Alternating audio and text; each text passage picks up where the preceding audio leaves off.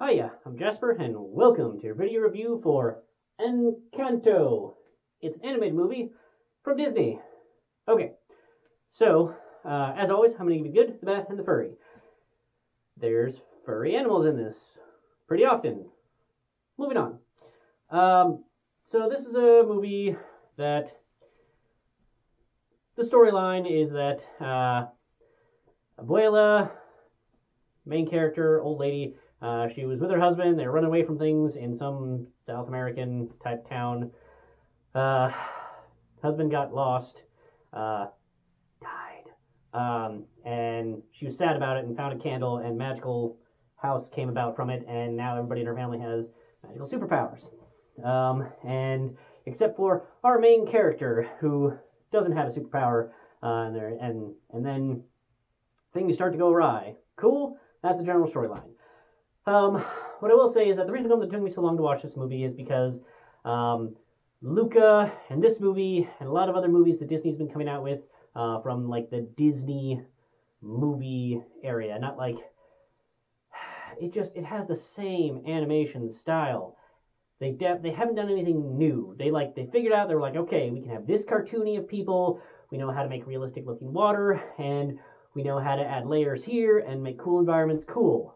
So just save all those assets, change them up a little bit, but overall textures and feel and detail level, keep that the same in all of these movies. So, like, if they ever decide to do, like, an Avengers-style movie with all these characters, they totally could, because they all look very, very similar, and the physics and everything else, very, very similar. But I finally got around to watching it, and I enjoyed it.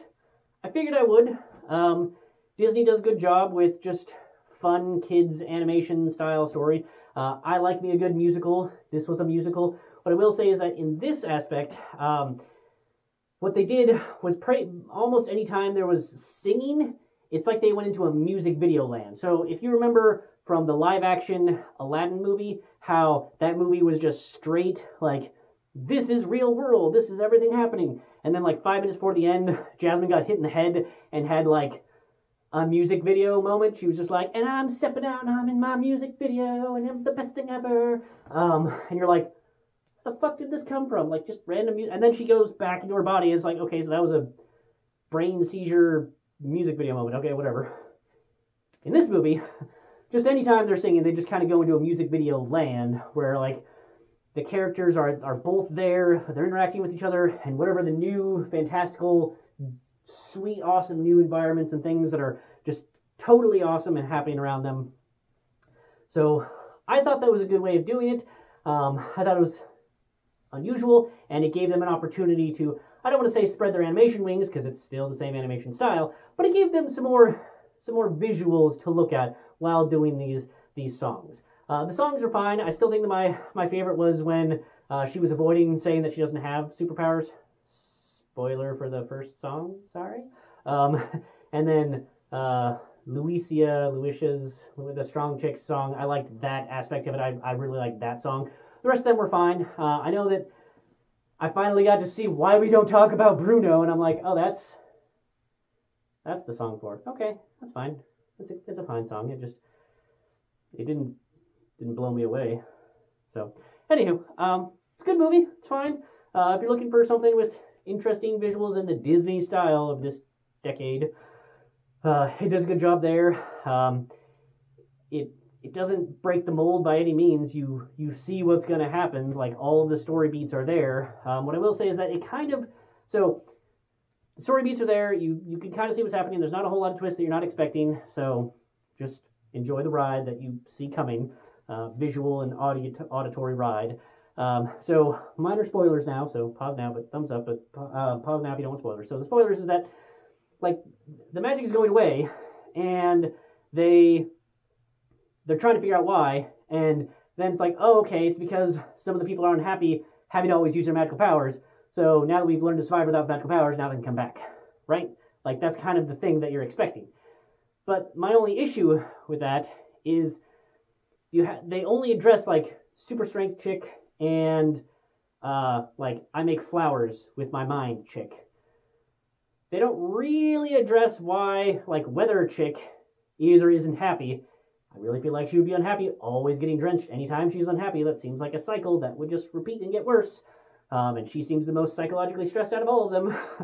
Doesn't address her happiness at all. Guy that can talk to, well, kid that can talk to animals, like, no, I'm so sad hearing about all the animals' problems. Like, nope, don't address that. He's just, sure. And then the chick who can hear everything, like, they introduce all these really cool powers.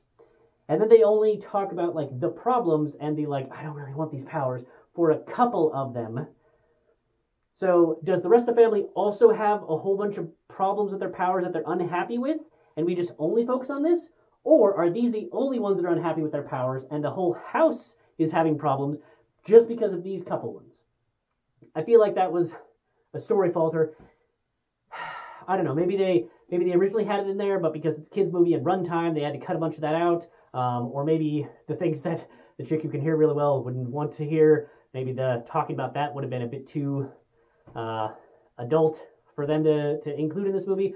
But it felt like they had these other cool powers for visually cool, interesting things, but then they became very background characters to just, oh, okay, we only have attention span for these 4 characters, even though I feel like with how they were introduced and how they functioned, that they should have been just as much of main characters as these ones.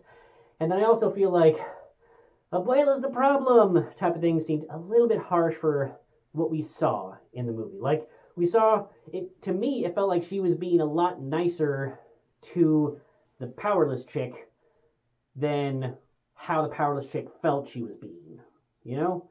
Like, I'm not saying she was being, like, the best, but I felt like she was blown out of proportion, and then when she apologized, she was like, oh, it's all my fault, everything's wrong, it's my fault, oh my gosh, like, is it though?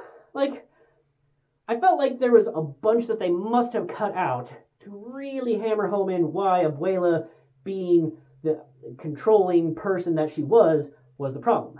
Because I really feel like they didn't. Maybe it's because I wanted them to smack me in the face with, like, see, Abuela's the problem. But at the same time, I also didn't need that because I knew from, like, the get-go that the thing was going to be like, okay, so she's going to be the one to bring the candle back and the powers back, and the problem is she's just too stuck in her ways. Like, okay, cool. So, like, I did see it coming. So maybe they did accomplish their goal without bashing me over the head with, like, see, Abuela's the problem. But I felt like they needed to do a better job of showing what Abuela was doing that was making things so hard on the rest of the family. And I don't feel like they did that. Like, the strength chick. Most of the strength things, like, were from other villagers and things that she had to help out with there. How was Abuela that problem? She wasn't. It was just strong chick's expectation of herself. So I felt that was kind of a gap in the story. Like I said, overall, enjoyed it. It's fine. Animation's good. Music is fine. Just good. Again, it's not gonna. I don't think it'll enter the halls of platinum, memorable for everybody for all time type of thing. But it was a fun time. So thumbs up. Let me know what you thought in the comments down below. Thanks for coming. Thanks for watching. Hope to see you at the next one. Bye.